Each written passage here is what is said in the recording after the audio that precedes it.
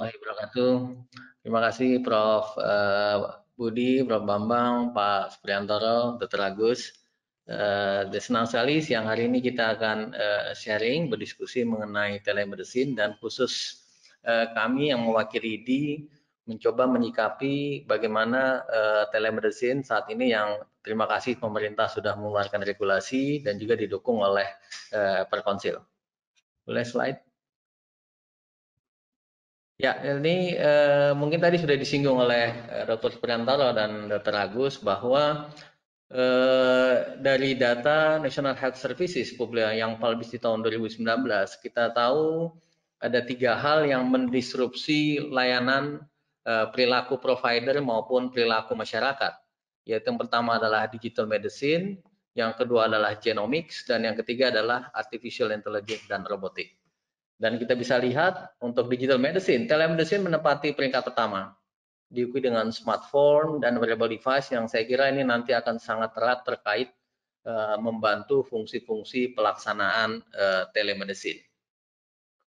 Per definisi atau terminologi sendiri, aktivitas telemedicine bisa ada 4, yaitu teleekspertisi dan teleasistensi. Ini yang diatur oleh PMK 20 tahun 2019. Kemudian telekonsultasi, ini yang diatur oleh Perkonsil 74 2020 dan surat edaran Menkes nomor 303. Dan satu lagi adalah telemonitoring. Ya, slide. Kemudian ya bagaimana kita semua menyikapi layanan atau pengembangan layanan telemedicine ini. Paling tidak dari kacamata profesi, nomor satu aspek yang sangat penting dalam telemedicine adalah aspek patient empowerment atau pemberdayaan pasien. Baik secara langsung maupun tidak langsung, pelayanan telemedicine kita meningkatkan peran pasien dalam menentukan diagnosis, menentukan terapi dan sebagainya. Yang kedua tentu data. Ya, data ini sangat penting karena terkait dengan kepemilikan, kerahasiaan, penyimpanan, keamanan, akses, transmisi, dan sebagainya. Yang ketiga, electronic health record. Tadi Pak Agus sudah menyampaikan, ya ini terkait dengan Fasiankes, platform, dan sebagainya. Yang keempat, profesionalisme. Ya, ini sangat penting masalah etik, legal, regulasi. Tentu dari sebagai organisasi profesi, ini sangat bertanggung jawab mempertahankan profesionalisme anggotanya dalam melakukan layanan telemedicine ini. Antara lain melakukan melalui proses pendidikan dan pelatihan yang saat ini kalau kita buka bagaimana Harvard Medical School dia membuka secara free ya akses pendidikan dan pelatihan telemedicine khusus selama pandemi COVID-19 ini. Slide. Ya, kami mencoba membandingkan bagaimana surat edaran Menkes ya 303 kemudian Perkonsil 74 kemudian dibandingkan juga dengan pelaksanaan perkembangan telemedicine selama ini di dunia baik WHO kemudian Amerika dan Inggris. Kalau kita lihat secara umum surat edaran Menkes dan Perkonsil tadi sudah disampaikan oleh Pak Agus dan Prof Bambang. Keduanya saya kira hampir sama, hanya ada beberapa poin yang sedikit berbeda. Terutama ya untuk jenis layanan kalau di Perkonsil jelas tertulis telekonsultasi, tertulis tidak boleh di luar Fasiankes kalau Perkonsil dituliskan begitu. Platform dua-duanya sama-sama tidak menuliskan platform apa yang digunakan. Kemudian jenis kasusnya non gawat darurat. Pemeriksaan fisik di surat edaran 303 ada pemeriksaan fisik tertentu melalui audiovisual. Di Perkonsil tidak jelas, dua-duanya sama-sama boleh menegakkan diagnosis, boleh menuliskan resep, kemudian rekam medik ya tercatat, dicatat, dan kalau Perkonsil jelas harus tercatat di Fasiankes, dan di Perkonsil menyatakan harus dapat imbalan, bisa mendapat imbalan, sedangkan di surat edaran Menkes belum tertulis. Kemudian kita melihat melangkah bagaimana WHO terutama pada tahun 2009, 2010 sudah menerbitkan buku, menerbitkan regulasi bagaimana developing telehealth untuk developing countries. Ya jelas tertulis terutama adalah telekonsultasi antar Fasiankes yang mereka melihat mengkaji bagaimana layanan-layanan telekonsultasi antar Fasiankes terutama di negara-negara developing countries di Afrika dan Asia termasuk di Filipina dan di Indonesia. Saya melihat bagaimana mereka membantu. Dan sebagian besar yang berkembang adalah telekonsultasi yang mengandalkan gambar atau image. Sehingga berkembanglah teleradiologi, telekardiologi, telepatologi, telesitologi. Di samping ada hal-hal yang terkait dengan telemonitoring, yaitu untuk tele-EKG, telekardiotokografi, teledermatologi. Ini yang lebih mengandalkan peran pasien dalam melaporkan kondisi penyakitnya kepada fasiankes ataupun kepada dokter. Kemudian Amerika, saya mengambil American College of Obstetrics and Gynecology pada tahun 2020. Ini jelas mereka menerbitkan committee opinion on implementing telehealth system in pandemic COVID. Ya, mereka lebih mengutamakan, lebih suka menggunakan terminologi telehealth karena kalau telehealth dianggap lebih luas.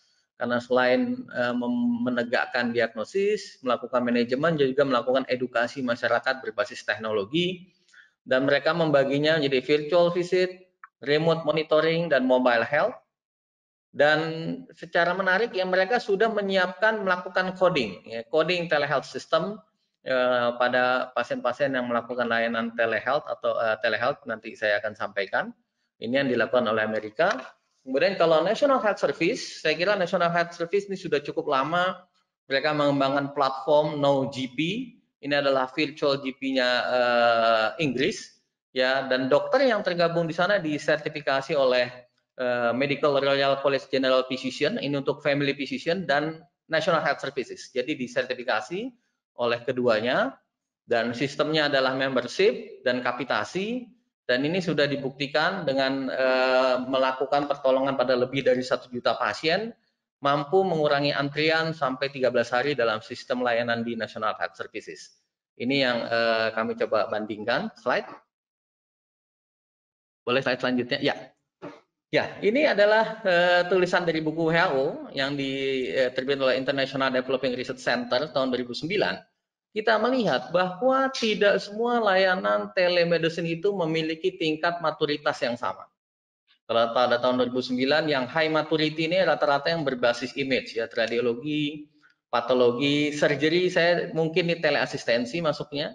Tapi kemudian di sini ada dermatologi, oftalmologi, ini lebih pada gambar, psikiatri ada ya untuk mental health, dan sisa-sisanya yang lain masih emerging. Mungkin sekarang sudah lebih banyak dibandingkan dengan tahun 2009 waktu itu. Tetapi umumnya diawali atau diinisiasi oleh imaging base, ya.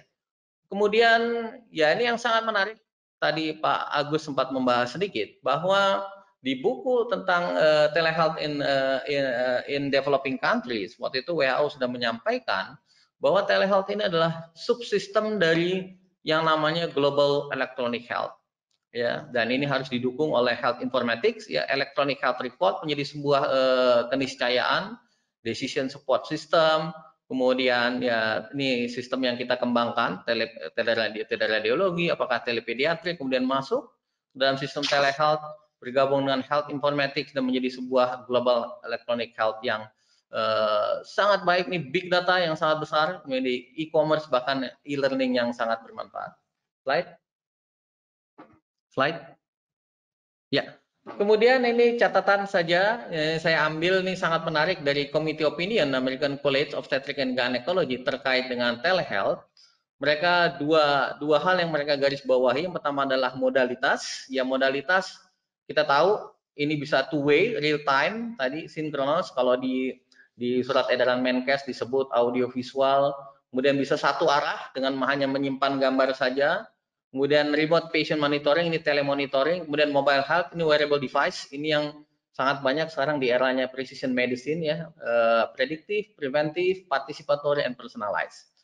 Dan ini yang menjadi yang diingatkan terus oleh American College kepada seluruh anggotanya, bahwa ketika akan menjalankan layanan telemedicine, satu, harus mengetahui hukum, know the law, bagaimana hukumnya, regulasinya.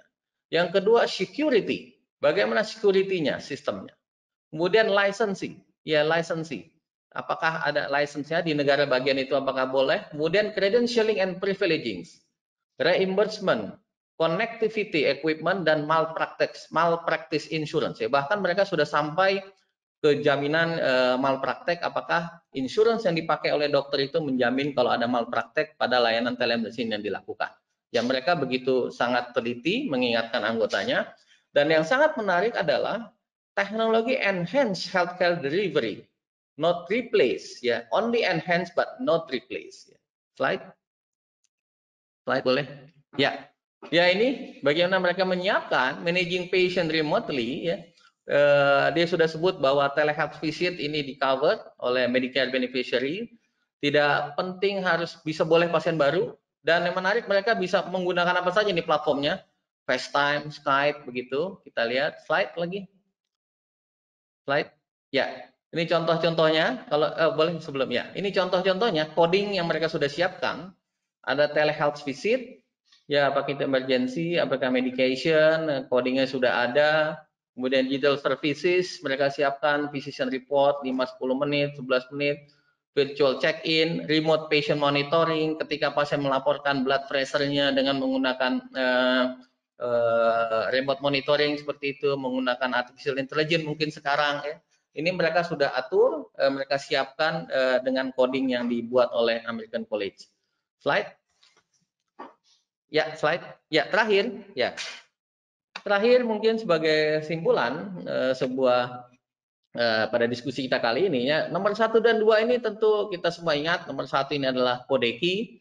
Bagaimana tentunya dalam menjalankan layanan telemedicine tetap kita mempertahankan perilaku profesional dalam ukuran yang tertinggi, ya. Kemudian praktek kedokteran ini, kalau undang-undang praktek kedokteran ada rangkaian kegiatan. Jadi ada anamnesis, ada pemeriksaan fisik. Walaupun keterbatasan terutama adalah di pemeriksaan fisik, tetapi dengan berkembangnya tools, artificial intelligence, kemudian wearable device, tentu pemeriksaan fisik ini bisa dilakukan pada sebagian kasus, tidak semuanya tentu. Ya, saya kira di surat edaran Menkes itu disebutkan, ya, pemeriksaan fisik tertentu. Dan sekarang, ya, kalau ke teknologi berkembang, mungkin pemeriksaan fisik itu akan menjadi lebih bisa banyak yang dikerjakan. Kemudian yang ketiga, ini fokus kita adalah patient empowerment, pemberdayaan pasien, ya. Tentu tidak lupa pasien juga harus kita edukasi, ya, dalam hal pelayanan telemedicine ini. Dan nomor 4, bahwa telemedicine ini memperkuat pelayanan kesehatan, bukan menggantikan layanan standar. Tetap tidak menggantikan layanan standar, persis seperti artificial intelligence yang fungsinya adalah memperkuat layanan standar. Ya, saat ini mungkin belum bisa, ya, menggantikan layanan standar. Tetaplah pasien harus tetap berkomunikasi, bertemu dengan dokternya juga walaupun tidak sering. Kemudian dalam finalisasi, dalam diagnostik, final diagnostik, tetap dia harus bertemu dengan dokternya, tidak hanya bisa berbasis pada telemedicine, dan pada kasus emergensi jelas tidak bisa telemedicine. Kemudian ini hal-hal, ada 4 hal yang ingin kami dorong di ID. Tentu yang pertama adalah pengembangan platform telemedicine yang menjamin keamanan, kerahasiaan, dan pengelolaan big data. Ini yang sangat penting karena begitu banyak data yang masuk, dan saat ini terus terang sekali kalau kita tidak menggunakan platform yang dijamin oleh negara, maka data itu akan hilang, data itu siapa yang menguasai, dan data itu adalah new oil. Big data is new oil, dan itu sangat penting. Kemudian yang kedua, penentuan jenis kasus yang dapat dilayani dengan telemedicine. Dengan teknologi yang ada sekarang, kemampuan wearable device yang kita miliki, artificial intelligence yang kita miliki, tentu ID melalui PDSP mungkin harus melisting, misalkan pada kasus mata, pada kasus objin, kasus anak, penyakit dalam, kasus-kasus apa saja yang bisa dilayani dengan telemedicine. Kasus penyakit kronik pasti bisa. Ya, kemudian sudah mendapatkan obat seperti itu, diabetes mellitus, hipertensi, dan sebagainya. Kasus penyakit kulit dan sebagainya. Kemudian pengembangan pendidikan berkelanjutan, ini tanggung jawab organisasi profesi. Bagaimana profesionalisme dalam telemedicine sangat penting. Tidak mudah melakukan komunikasi dengan pasien dalam platform telemedicine, apalagi menggunakan chat box. Ya, tatap muka secara virtual itu tidak mudah. Kita tidak bisa meraba rasakan, melakukan empati dalam melakukan komunikasi dengan pasien. Ini yang harus kita benahi bersama, ya, seluruhnya. Dan terakhir, pengembangan electronic health record yang terkoneksi dan terintegrasi dengan platform telemedicine. Tadi Pak Agus sudah menyampaikan. Jadi inilah sebenarnya mimpi kita berbasis NIK. Sebenarnya sangat diharapkan kita punya electronic health record yang fire based, ya, interconnected, sehingga kalau kita menggunakan layanan telemedicine dia bisa terkoneksi dengan electronic health record. itu yang dikerjakan NoGP, DNAS, dan saya dengar sekarang Mobile JKN arahnya juga ke sana sebagai untuk memperkuat layanan primer. Saya kira demikian yang bisa saya sampaikan. Terima kasih, Prof. Budi Sampurna. Assalamualaikum warahmatullahi wabarakatuh.